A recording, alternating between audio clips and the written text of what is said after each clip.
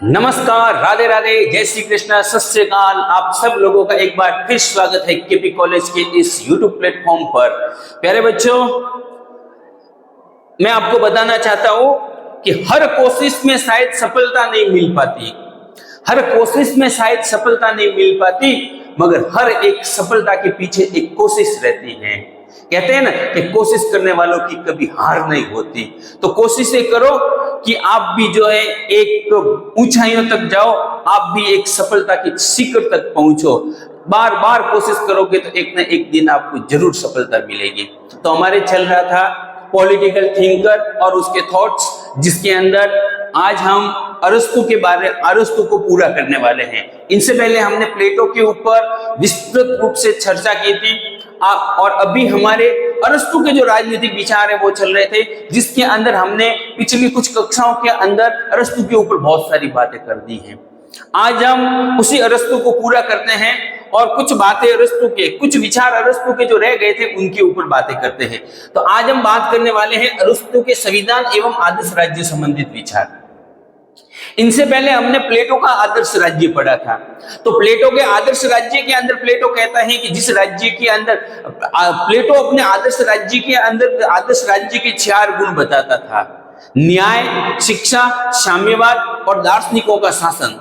उसी प्रकार से अरस्तु अपने आदर्श राज्य के अंदर क्या बातें बताता है।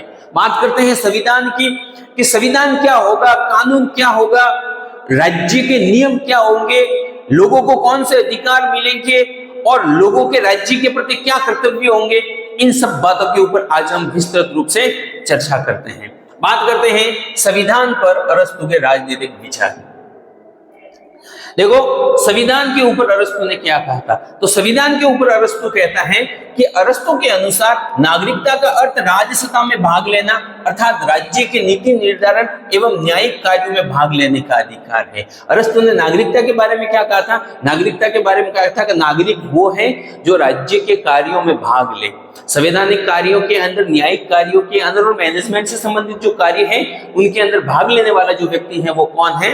वो है नागरिक। ये अधिकार किन्हें है और किस रूप में मिलना चाहिए, इसका उत्तर उसने अपनी संविधान विषयक धारणा में दिया है। अब बात ये आती है कि नागरिक कौन होगा, किन लोगों को नागरिक होने का अधिकार मिलना चाहिए। इस बात का जो उन्होंने जवाब दिया है वो जवाब उन्होंने अपनी संविधान विषयक जो धारणा है उसके अंदर दिया है। अरस्तु लिखता है कि संविधान या पॉलिटी राज्य का एक ऐसा संगठन है जिसका संबंध सामान्यतया राज्य के पदों के निर्धारण से है और विशेषकर ऐसे पद के निर्धारण से है जो समस्त राजनीतिक मामलों में सर्वोच्च हो। अर्थात जो राज्य के राजनीतिक मामले होते हैं उन राजनीतिक मामलों के अंदर जो सर्वोच्च होता है, जो उच्च होता है, उन कार्यों के अंदर जो भाग लेता है, उन सब बातों को उन्होंने संविधान के अंदर सम्मिलित किया था। ये जो संविधान से संबंधित अरस्तु ने बात कही है, इस परिभाषा का विश्लेषण करने पर संविधान के संबंध में निम्न बातें सामने आती हैं। देखो, अरस्तु ने संविधान के बारे में बड़ी बड़ी क्या बातें कही थी, उनके मैंने कुछ पॉइंट यहाँ पर लेकर के आया हूँ। पहली बात यह है कि संविधान राज्य अथवा उसके पदों का संगठन है। संविधान क्या है? संविधान राज्य और उस राज्य के अंदर कार्य करने वाले जो अधिकारी हैं, जो मंत्री हैं, या फिर जो कहने का तात्पर्य शासक वर्ग के अंदर आने वाले जो व्यक्ति हैं, उन सब का संगठन है। राज्य क्या है? उन सब का संगठन है। संविधान द्वारा ही सर्वोत्तम सत्ता के निवास को निर्धारित किया जाता है। संविधान के द्वारा क्या किया जाता है? जो सर्वोत्तम सत्ता होती है, जो उच्च सत्ता होती है, उसका निर्धारण किया जाता है। संविधान ये भी स्पष्ट करता है कि राज्य किस लक्ष्य की ओर उन्मुख है, यानी कि राज्य अपना जो कार्य कर रहा है, राज्य विकास कर रहा है, राज्य किस दिशा के अंदर कार्य कर रहा है। राज्य पॉजिटिव दिशा में आगे बढ़ रहा है, राज्य नकारात्मक दिशा में आगे बढ़ रहा है, ये बात भी कौन तय करता है? संविधान तय करता है। राज्य के लिए संविधान अति आवश्यक है। इसी के आधार पर राज्य का निर्धारण अथवा अंत होता है। एक जो राज्य होता है, एक देश होता है, एक राष्ट्र होता है, उसके लिए संविधान अति आवश्यक होता है। संविधान के बिना राज्य का अस्तित्व नहीं रह सकता है, ठीक है ना। संविधान के आधार पर ही उस राज्य का निर्धारण होता है। और बहुत सारे विद्वानों ने यह भी बताया है कि राज्य के अंदर अगर संविधान नहीं होगा, ठीक है ना, एक कानून करने वाली, एक राज करने वाली, मैनेजमेंट करने वाली संस्था नहीं होगी तो उस राज्य को हम राज्य नहीं कहेंगे। राज्य का सार अथवा अति आवश्यक आधार संविधान होता है और संविधान में परिवर्तन के साथ राज्य का रूप बदल जाता है। संविधान जो होता है किसी राज्य का आधार होता है। जैसे ही संविधान के अंदर परिवर्तन हो गया उस राज्य का पूर्ण रूप से स्वरूप ही बदल गया। जैसे राजतंत्र के स्थान पर लोकतंत्र आ गया, लोकतंत्र के स्थान पर कुलीन तंत्र आ गया, कुलीन तंत्र के स्थान पर सैन्य शासन व्यवस्था आ गई। इस प्रकार से शासन व्यवस्था का बदलना मतलब यानी कि जो जो शासन प्रणालियां आ रही है राज्य के अंदर, ये सरकार की जो ये प्रणाली होती है, शासन प्रणाली ये आ रही है, मतलब बिल्कुल राज्य का बिल्कुल संगठन ही बदल रहा है। राज्य की पूरी जो परिभाषा है वो ही बदल रही है। अरस्तु की संविधान संबंधी धारणा की सर्वप्रमुख विशेषता उसके द्वारा राज्य, संविधान और दल को एक रूप मान लेना है। देखो अरस्तु ने संविधान के संबंधित जो बातें की है, राज्य से संबंधित जो बातें की, उसकी सबसे मेन बात क्या है कि राज्य, संविधान और दल ये क्या है, इन तीनों को वो एक ही मानता है। इन तीनों को क्या मानता है? एक मानता है। हालांकि उनके द्वारा ये दल, संविधान और राज्य ये जो शब्द है इनकी जो परिभाषा है वो आधुनिक जो राज्य, दल, जो संविधान है उनके समान नहीं है। इनकी परिभाषा हमने आगे पढ़ी है। राज्यों या संविधानों का वर्गीकरण, यानी कि कुल मिलाकर के अरस्तु राज्य को ही क्या मानता है? संविधान मानता है। अब इन संविधान को, इन राज्यों को कितने भागों में बांटा है अरस्तु ने, ये कितने प्रकार के होते हैं और इसकी क्या रूप होते हैं, किस शासन, किस राज्य के अंदर, किस संवैधानिक व्यवस्था के अंदर किस प्रकार से शासन किया जाता है, उन सब के ऊपर अरस्तु ने क्या कहा है उनके बारे में थोड़ी सी बात करते हैं। राज्यों का सर्वप्रथम वैज्ञानिक वर्गीकरण अरस्तु के द्वारा किया गया है। अरस्तु ने अपना ये वर्गीकरण दो आधारों पर प्रस्तुत किया है, संविधानों का या राज्यों का जो साइंटिफिक वर्गीकरण, ठीक है ना, इनको भागों में बांटने का सबसे पहले जो कार्य किया था वो किसने किया था? अरस्तु ने किया था। अरस्तु ने किया था और अरस्तु का ये जो वर्गीकरण है इनको दो भागों में, दो तरीकों से इन्होंने दो आधारों पर प्रस्तुत किया। पहला है संख्या के आधार पर और दूसरा है नैतिक आधार पर। पहला वर्गीकरण तो है संख्या के आधार पर और दूसरा वर्गीकरण किसके है? नैतिक आधार पर। संख्या के आधार पर वर्गीकरण का तात्पर्य है कि प्रभुत्व शक्ति का प्रयोग कितने व्यक्तियों द्वारा किया जा रहा है, मतलब संविधान अर्थात राज्य अर्थात शासन व्यवस्था अर्थात दल, इनके अंदर कितने व्यक्ति मिलकर के शासन व्यवस्था चला रहे हैं। कुछ व्यक्ति शासन व्यवस्था चला रहे हैं या बहुत सारे व्यक्ति हैं वो मिलकर के शासन व्यवस्था चला रहे हैं।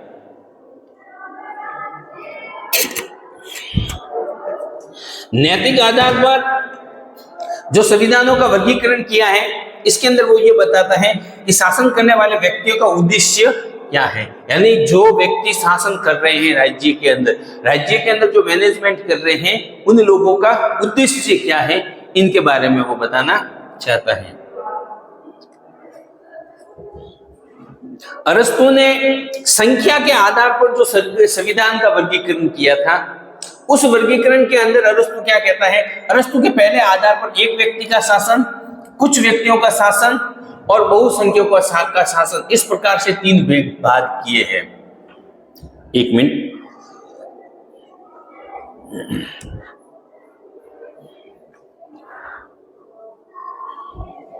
सॉरी। तो अरस्तु ने संख्या के आधार पर जो संविधानों का वर्गीकरण किया था, संविधान का वर्गीकरण किया था, उनके अंदर उसने संविधान के तीन भाग बताए हैं। कौन कौन से तीन भाग? नंबर एक व्यक्ति का शासन, कुछ व्यक्तियों का शासन और बहुत सारे लोगों का शासन।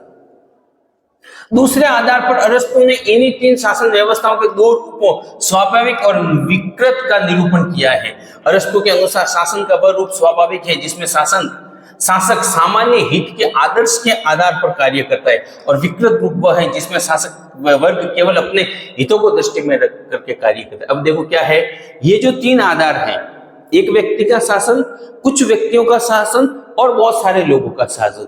ये चाहे एक व्यक्ति का है, कुछ का है या बहुत सारों का है।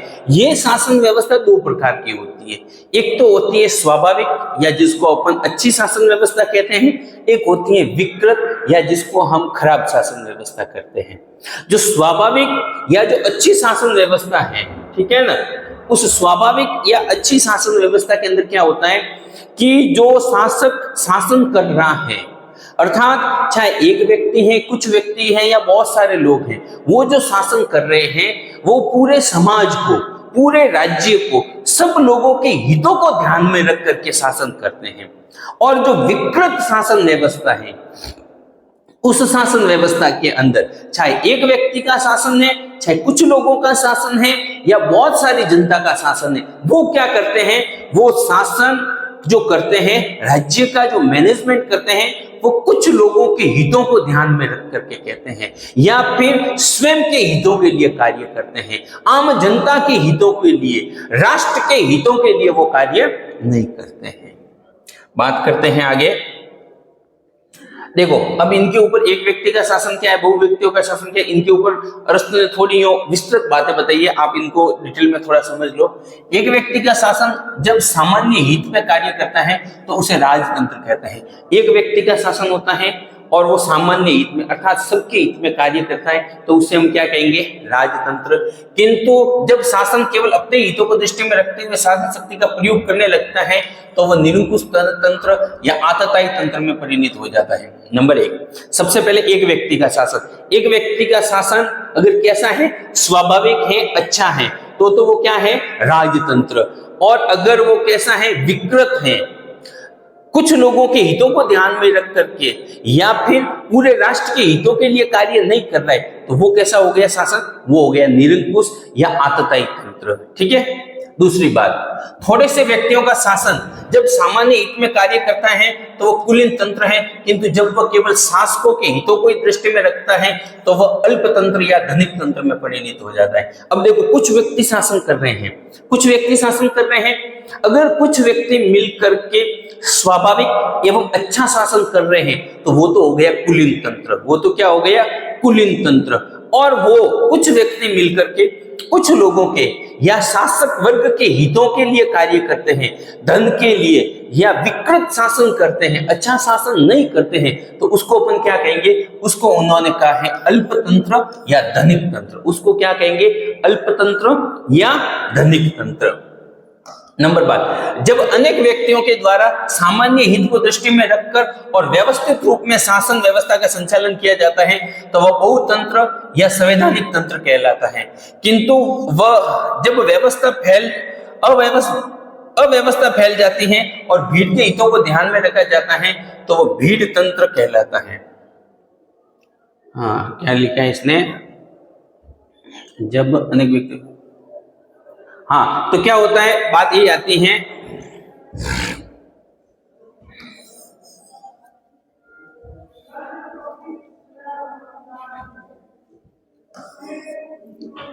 बहुत सारे व्यक्तियों का शासन, बहुत सारे व्यक्ति या राज्य के अधिकांश नागरिक मिलकर के शासन कर रहे हैं।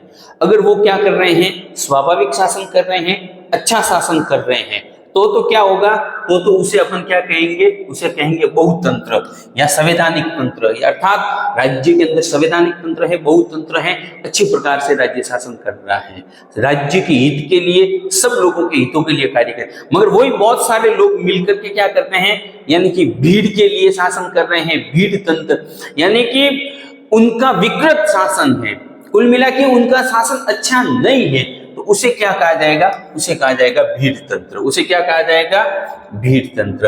अब देखो क्या कह रहा है अरस्तु, आगे ध्यान रखना। अरस्तु ने इस भीड़ तंत्र को ही डेमोक्रेसी नाम दिया है। इस भीड़ तंत्र को क्या कहा है उसने, डेमोक्रेसी, लोकतंत्र, प्रजातंत्र। मतलब अरस्तु डेमोक्रेसी का विरोधी है, ठीक है ना। देखो, अरस्तु कहता है कि डेमोक्रेसी के अंदर जो शासन किया जाता है वो भीड़ के हितों के लिए किया जाता है, ठीक है ना। यानी कि अपन कहते हैं ना कि कुछ व्यक्ति होते हैं उनको तो अच्छी से अच्छी सुविधाएं भी दे सकते हैं, मगर भीड़ के लिए क्या है कि ज्यादा अच्छी सुविधाएं राज्य नहीं दे सकता, उसके लिए उसके अधिकांश बहुत सारे जो संसाधन है वो काम में लग जाते हैं। तभी अरस्तु देखो दास प्रथा का समर्थन करता था, ठीक है ना। मतलब अगर डेमोक्रेसी है तो सबके हितों के लिए कार्य करना पड़ेगा। अब सबके हितों के लिए कार्य करेंगे तो क्या होगा, राज्य के संसाधन कम पड़ जाएंगे, राज्य का बहुत सारा पैसा नष्ट हो जाएगा, राज्य अपना दूसरा विकास नहीं कर पाएगा। इसलिए वो कहता है कुछ लोगों को नागरिक बनाओ और उनके हितों के लिए कार्य करो, और जो दास है वो उनका जो भार है वो उन नागरिकों के ऊपर डाल दो, ठीक है। अरस्तु आगे क्या कहता है, बहुतंत्र या संवैधानिक शब्द का प्रयोग उस अर्थ में किया जाता है जिस अर्थ में आज प्रजातंत्र शब्द का प्रयोग किया जाता है। देखो क्या होता है कि प्रजातंत्र और डेमोक्रेसी, इनके अंदर हालांकि आज के समय में हम लोग इनके अंदर कोई फर्क नहीं करते हैं, मगर अरस्तु इनके अंदर फर्क करता है। अरस्तु क्या कहता है कि बहुत सारे व्यक्तियों का जो शासन होता है वो जब अच्छी प्रकार से स्वाभाविक रूप से शासन कर रहा है, ठीक है, तब तो वो क्या है संवैधानिक, उसके लिए संवैधानिक शब्द है या उसके लिए प्रजातंत्र शब्द का प्रयोग हो रहा है।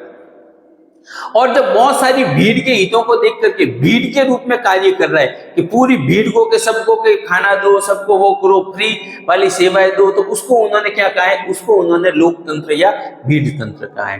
तो आप ये प्रजातंत्र और लोकतंत्र के अंदर भी अरस्तु ने क्या किया है, भेद किया है। अरस्तु का आदर्श राज्य का सिद्धांत या आदर्श राज्य पर सिद्धांत पर विचार, तो ये क्या थे, ये अरस्तु के कुछ संविधान से संबंधित शब्द थे। कुल मिला के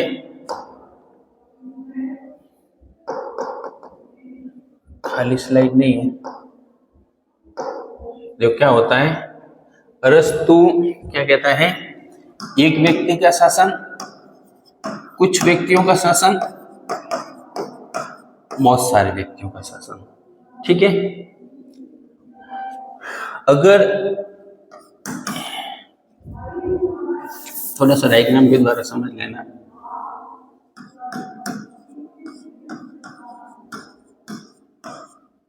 एक व्यक्ति का शासन,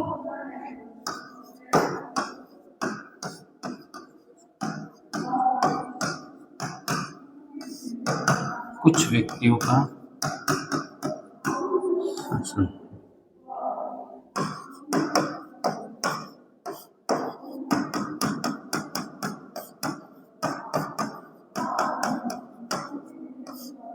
बहुत लोगों का शासन। एक व्यक्ति का शासन अगर कैसा है,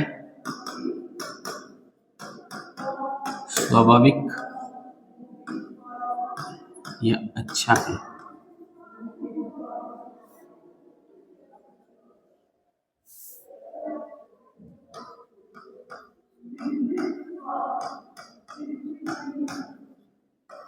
स्वाभाविक या अच्छा है, तो उसे क्या कहेंगे, राजतंत्र। और अगर खराब है तो कैसा है, विकृत है, तो उसे क्या कहेंगे, निरंकुश। कुछ व्यक्तियों का शासन अच्छा है तो कुलीन तंत्र, और खराब है तो धनिक तंत्र, ठीक है।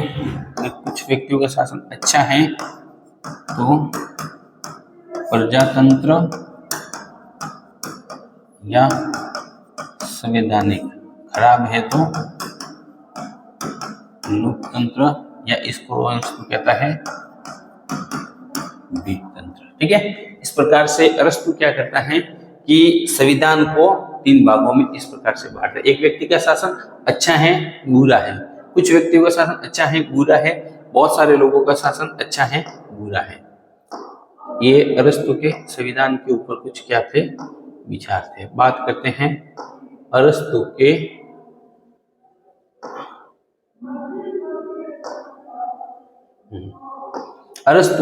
आदर्श राज्य का सिद्धांत या आदर्श राज्य पर विचार। तो अभी हमने अरस्तु के संविधान के ऊपर बात की, अब अरस्तु के आदर्श राज्य के ऊपर थोड़ी सी बात करते हैं। अरस्तु का आदर्श राज्य प्लेटो के आदर्श राज्य के समान नहीं था। देखो अरस्तु का आदर्श राज्य क्या था? पॉलिटिक्स की 7वीं पुस्तक में अरस्तु ने प्लेटो के लॉज से प्रेरणा ग्रहण करते हुए अपने आदर्श राज्य के एक सुंदर और व्यापक चित्रण प्रस्तुत करता है। प्लेटो द्वारा रिपब्लिक में प्रतिपादित आदर्श राज्य में एक दार्शनिक राजा राज्य करता है जिसकी शक्ति पर कोई प्रतिबंध नहीं है और जिसे जन स्वीकृति की भी आवश्यकता नहीं है। इस आदर्श राज्य की असंभावना को समझकर प्लेटो ने लॉज में अंकित अपने उपादर्श राज्य में दार्शनिक शासक के स्थान पर कानून के शासन को प्रतिष्ठित करने की चेष्टा की है। देखो क्या है, किंतु ऐसा करते समय भी उनके मन और मस्तिष्क पर रिपब्लिक का आदर्श राज्य ही छाया रहता है। इस कारण कानून शासन तथा जनमत को प्रतिष्ठित करने के लिए राज्य व्यवस्था में जो दूसरे महत्वपूर्ण परिवर्तन किए जाने चाहिए, प्लेटो ने वे परिवर्तन नहीं कर सकते। इसका श्रेय उनके महान शिष्य अरस्तु को किया जाता है। अपने ग्रंथ पॉलिटिक्स में उसने न केवल कानून को उसके उचित स्थान पर प्रतिष्ठित कर दिया है, वरन राज्य में वास्तविक प्रशासन में अनुभव, रीति रिवाज और जनमत के महत्व को भी स्वीकार कर लिया है। कहने का तात्पर्य यह है, अरस्तु से पहले प्लेटो ने जो आदर्श राज्य का सिद्धांत दिया था, उस सिद्धांत के अंदर एक दार्शनिक राजा शासन करता था और दार्शनिक राजा के ऊपर कंट्रोल की कोई व्यवस्था नहीं थी, उनके ऊपर कंट्रोल की कोई व्यवस्था नहीं थी। उसके अंदर जो है कानून किस प्रकार से कार्य करेगा उसकी भी कोई व्यवस्था नहीं थी, ठीक है ना। और अनुभव, रीति रिवाज, ये जो चीजें होती हैं, अर्थात एक राज्य के अंदर जो संविधान में बातें आती है, उन बातों के ऊपर उन्होंने जो है ज्यादा महत्व नहीं दिया था। तो उनकी बातों को जो है उनके शिष्य अरस्तु ने अपने आदर्श राज्य के अंदर क्या है, वापिस दूसरा आदर्श राज्य का सिद्धांत, यानी कि प्लेटो के आदर्श राज्य में जो कमियां रह गई थी, उन कमियों को पूरा करने का कार्य उसके शिष्य अरस्तु ने किया है। और उसके शिष्य अरस्तु ने क्या कार्य किया है? तो उसके शिष्य अरस्तु ने अपने ग्रंथ पॉलिटिक्स में कानून को उसके उचित स्थान पर प्रतिष्ठित किया है, कानून को उसके उचित स्थान पर प्रतिष्ठित किया है। राज्य के वास्तविक प्रशासन में, राज्य के अंदर जो प्रशासन करने वाला वर्ग है, जो शासक वर्ग है, उनके अंदर अनुभवी व्यक्तियों को स्थान दिया है।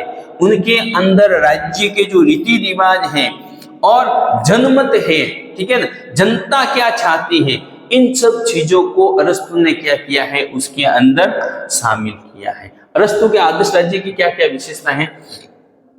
तो पहली विशेषता, अरस्तु का आदर्श राज्य का लक्ष्य व्यक्ति का नैतिक विकास।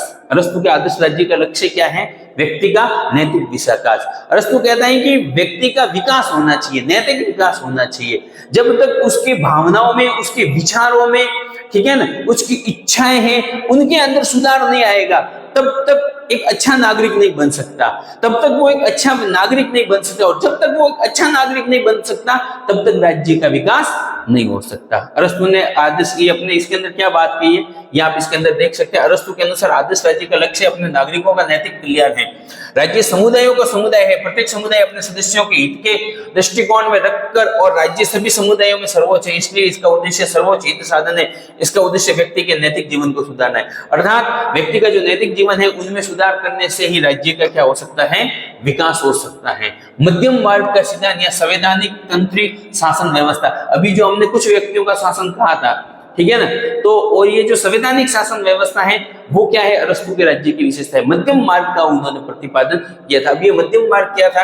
अरस्तु को प्लेटो का समान अतिवादी नहीं है, परंतु अभी तो अपनी व्यावहारिक बुद्धि के कारण मध्यम मार्ग का अनुसरण करने वाला था। उसके शब्दों में, मध्यम मार्ग का अनुसरण करने वाला जीवन ही अनिवार्य श्रेष्ठ जीवन है, और वो मध्यम मार्ग ही ऐसा है जिसे प्राप्त कर लेना प्रत्येक व्यक्ति के लिए संभव है। अरस्तु अपने आदर्श राज्य के विभिन्न क्षेत्रों में मध्यम मार्ग को अपनाने पर बल देता है। देखो क्या है, प्लेटो तो क्या है, एक तो दास और एक नागरिक, ठीक है ना, इसके अलावा एक ऊंच एक नीच, ठीक है। उच्च नीच का मतलब है एक अगड़ा एक पिछड़ा, एक अमीर एक गरीब, यानी कि राज्य के अंदर दो ही वर्ग बता रहे हैं, मगर वो एक मध्यम वर्ग की बात करता है, जो इतना गरीब भी नहीं है कि उसकी जो आवश्यकताएं है, रोटी कपड़ा मकान, उनकी पूर्ति ना हो सके, और इतना अमीर भी नहीं है कि वो राज्य की जो संपत्ति है उसको ऐशो आराम में और विलासितापूर्ण कार्यों के अंदर नष्ट करे। एक मध्यम मार्ग जो बताया था वो किसने बताया था? अरस्तु ने बताया था। विधि की सर्वोच्चता, कानून की सर्वोच्चता पर अरस्तु क्या कहता है? बल देता है। अरस्तु के आदर्श राज्य की प्रमुख विशेषता विधि की सर्वोच्चता है। अरस्तु विधि की सर्वोच्चता का समर्थन करते हुए लिखते हैं कि व्यक्ति के शासन की तुलना में विधि का शासन श्रेयकर है, क्योंकि विधि ऐसा विवेक है जिस पर व्यक्ति की इच्छा का प्रभाव नहीं पड़ता है। यानी कि विधि का शासन, कानून का जो शासन होता है उसके ऊपर व्यक्ति की इच्छा का प्रभाव नहीं पड़ता है, वो अपने अनुसार कार्य करता है। तीसरी जो विशेषता है वो जनसंख्या और विशेषता है प्रदेश। अरस्तु के अनुसार आदर्श राज्य में जनसंख्या न तो बहुत अधिक होनी चाहिए और न ही बहुत कम। अधिक जनसंख्या होने पर कानून और व्यवस्था बनाए रखना कठिन हो जाएगा, और जनसंख्या कम होने पर राज्य अपनी आवश्यकता पूरी नहीं कर सकेगा। अरस्तु के आदर्श राज्य की क्या विशेषता है कि न तो जनसंख्या ज्यादा होनी चाहिए न कम होनी चाहिए, इतनी होनी चाहिए कि राज्य अपनी आवश्यकताओं को पूरा कर ले। अगर ज्यादा होगी तो राज्य दिवालिया हो जाएगा, और कम होगी तो उसके लिए सेना है, उत्पादक वर्ग है, किसान है, उनकी भी जरूरतें पूरी नहीं होगी। प्रदेश, अरस्तु के अनुसार राज्य का प्रदेश बहुत विशाल नहीं होना चाहिए, किंतु इसके साथ ही इतना अवश्य होना चाहिए कि उसमें जीवन की आवश्यकता पूर्ण हो सके, उस पर निवास करने वाली जनता संयम और उदारतापूर्ण जीवन बिता सके। राज्य का क्षेत्र ऐसा होना चाहिए जिसमें शत्रुओं का प्रवेश कठिन होता था, जिसकी रक्षा आसानी से हो सके। प्रदेश ऐसा होना चाहिए, ज्यादा बड़ा भी नहीं होना चाहिए, ज्यादा छोटा भी नहीं होना चाहिए। प्रदेश के अंदर संसाधन हो, ठीक है, प्रदेश ऐसा हो कि उस प्रदेश से राज्य की जो जनसंख्या है, जो लोग हैं, उनकी आवश्यकताओं की क्या हो सके, पूरी हो सकते। अरस्तु के आदर्श राज्य में नागरिकों का चरित्र कैसा होगा? तो अरस्तु का विचार है कि चरित्र और योगदान में जनता यूनानियों के समान होनी चाहिए, यानी यूनानी लोग जो है उनके समान जनता का क्या होना चाहिए? चरित्र होना चाहिए, जिनमें उत्तरी जातियों के उत्साह और एशियाई जातियों की बुद्धिमत्ता का मेल है। उसका विचार है कि बुद्धिमत्ता, साहस और उत्साह के मेल से ही नागरिक अपना राजनीतिक विकास कर सकता है। तो व्यक्ति का विकास चरित्र कैसा होगा? उनके अंदर बुद्धिमत्ता होगी, उनके अंदर साहस होगा, उनके अंदर उत्साह होगा, ठीक है ना, जिससे राज्य जो है, नागरिक अपना विकास करेगा, नागरिक का विकास होने से राज्य का विकास भी हो जाएगा। अरस्तु के आदर्श राज्य के अंदर शिक्षा की क्या व्यवस्था होगी? तो अरस्तु आदर्श राज्य के लिए आवश्यक चरित्र निर्माण की दिशा में शिक्षा देने पर, महत्व पर बहुत अधिक बल देता है। शिक्षा कैसी होगी? शिक्षा ऐसी होगी जो नागरिकों के चरित्र का निर्माण करे, नागरिकों के चरित्र का निर्माण करे, नागरिकों के अंदर नैतिकता की भावना भरे, नागरिकों के विचारों के अंदर भावनाओं को जो है शुद्ध करे, पवित्र करे। उसके लिए राज्य एक शिक्षण संस्था है, और आदर्श राज्य की यह एक प्राथमिक आवश्यकता है कि सभी नागरिकों के लिए एक ही प्रकार की अनिवार्य तथा सार्वजनिक शिक्षा की व्यवस्था हो। शिक्षा कैसी होगी? अरस्तु के अनुसार अनिवार्य, सार्वजनिक अर्थात कंपल्सरी शिक्षा होगी, सब लोगों के लिए शिक्षा होगी और राज्य के द्वारा दी जाएगी। और उस शिक्षा के अंदर लोगों के नैतिक विकास के लिए, लोगों के वैचारिक भावनाएं, ठीक है ना, उनके गुणों को बढ़ाने के ऊपर बल दिया जाए। राज्य की स्थिति, अरस्तु के आदर्श राज्य में राज्य की स्थिति कैसी होगी? सार्वजनिक स्वास्थ्य, राजनीतिक सुविधा और सैन्य आवश्यकताएं। नगर को बसाते समय सौंदर्य का भी ध्यान रखा जाना चाहिए। राज्य में पूजा गृह, पार्क, व्यायामशालाएं, बाजार, बंदरगाह और सार्वजनिक स्थान होने चाहिए। यानी कि ये जो मूल आवश्यकता है राज्य के अंदर, मंदिर होना चाहिए, पार्क होना चाहिए, ठीक है, कसरत करने के लिए व्यायामशाला होनी चाहिए, बाजार होना चाहिए और बंदरगाह होने चाहिए, आयात निर्यात करने के लिए सार्वजनिक स्थान होने चाहिए जहाँ पे सब लोग मिलकर के बैठ सके। कुल मिलाकर के ये है कि स्वास्थ्य, शिक्षा, राजनीति, सब बातों को, जीवन की जो मूल आवश्यकताएं होती हैं, वो उन सब बातों को ध्यान में रख करके नगरों को बचाने चाहिए। राज्य में विभिन्न वर्ग, राज्य में क्या वर्ग होंगे तो वो बताता है। आदर्श राज्य के नागरिकों की प्रमुख आवश्यकता है, देखो आदर्श राज्य के जो लोग हैं उनकी 6 आवश्यकताएं हैं। नंबर 1, भोजन, कला और कौशल, हथियार, संपत्ति, सार्वजनिक देव पूजा तथा सार्वजनिक हित का निर्धारण। ये 6 आवश्यकताएं व्यक्ति की होगी। भोजन, कला कौशल, हथियार, संपत्ति, सार्वजनिक देव पूजा तथा सार्वजनिक हित। इन 6 कार्यों को करने के लिए राज्य में 6 वर्ग होने चाहिए। कहने का मतलब इन 6 आवश्यकताओं की पूरी करने के लिए क्या होंगे? राज्य के अंदर 6 वर्ग होंगे। सबसे पहले भोजन की आवश्यकता पूरी करने के लिए किसान होंगे। कला कौशल अर्थात मकान बनाना, कुछ भी ऐसे कार्य वगैरह करना, ठीक है ना, फर्नीचर बनाना, बर्तन बनाना, ये जो भी कार्य है इनके लिए शिल्पी होंगे। हथियार बनाने के लिए, लड़ने के लिए जो है उनके लिए योद्धा होंगे। प्लस संपत्ति, इनके लिए कौन होंगे? व्यापारी होंगे, ठीक है। और जो संपत्तिशाली वर्ग लोग होंगे, और ये जो पूजा पाठ वगैरह है इनके लिए कौन होंगे? राज्य के अंदर एक पुरोहित वर्ग होगा जो सार्वजनिक हितों का निर्धारण करेगा, ठीक है। तो ये क्या करेंगे? ये सारे के सारे राज्य के अंदर व्यक्ति की जो मूलभूत 6 आवश्यकताएं होती है उनको पूरा करने के लिए राज्य में क्या होंगे? 6 वर्ग होंगे। राज्य की आर्थिक व्यवस्था क्या होगी? तो अरस्तु जिस प्रकार से प्लेटो क्या करता है कि अपने आदर्श राज्य के अंदर संपत्ति को गलत मानता है, तो वो गलत नहीं मानता है। अरस्तु अपने आदर्श राज्य में किसी भी वर्ग के लिए संपत्ति के साम्यवाद का प्रतिपादन नहीं करता, किंतु वो मानता है कि संपत्ति का विषम वितरण राज्य के हित के विपरीत प्रभाव डालता है, ठीक है। तो संपत्ति का जो साम्यवाद प्लेटो ने दिया है, अरस्तु ने उस प्रकार का कोई विचार नहीं दिया। उसने कहा कि भाई संपत्ति सबके पास होनी चाहिए, मगर संपत्ति का विषम वितरण नहीं होना चाहिए। विषम वितरण से मतलब है कुछ लोग अधिक पैसे वाले नहीं होने चाहिए, कुछ लोग बिल्कुल गरीब नहीं होनी चाहिए, सबके अंदर थोड़ी इक्वलिटी होनी चाहिए, समानता होनी चाहिए। स्त्रियों का साम्यवाद, तो जिस प्रकार से प्लेटो ने स्त्रियों का, परिवार का साम्यवाद दिया था, अरस्तु इस प्रकार का कोई साम्यवाद नहीं देता। अरस्तु कहता है कि संपत्ति के साम्यवाद को अस्वीकृत करने के साथ साथ अरस्तु अपने आदर्श राज्य में किसी भी वर्ग के लिए स्त्रियों का साम्यवाद की धारणा का प्रतिपादन नहीं करता। स्त्रियों का साम्यवाद क्या होता है उनके ऊपर हमने पहले प्लेटो के अंदर विस्तृत क्लास की है, ठीक है। तो इस प्रकार शिक्षा, संपत्ति और साम्यवाद का भी अरस्तु समर्थन नहीं करता है, ठीक है। थोड़ी सी क्लासें बड़ी हो रही है, आप इन क्लासों को देखें, इन पीपीटी को देख करके नोट्स बनाएं। एक भी प्रश्न परीक्षा के ऐसे बाहर नहीं जाएगा, इनमें से एक भी सिंगल प्रश्न भी बाहर जाने वाला नहीं है, ये आप गारंटी के साथ में लिख लो। आज के लिए इतना ही, धन्यवाद। कल शुरू करते हैं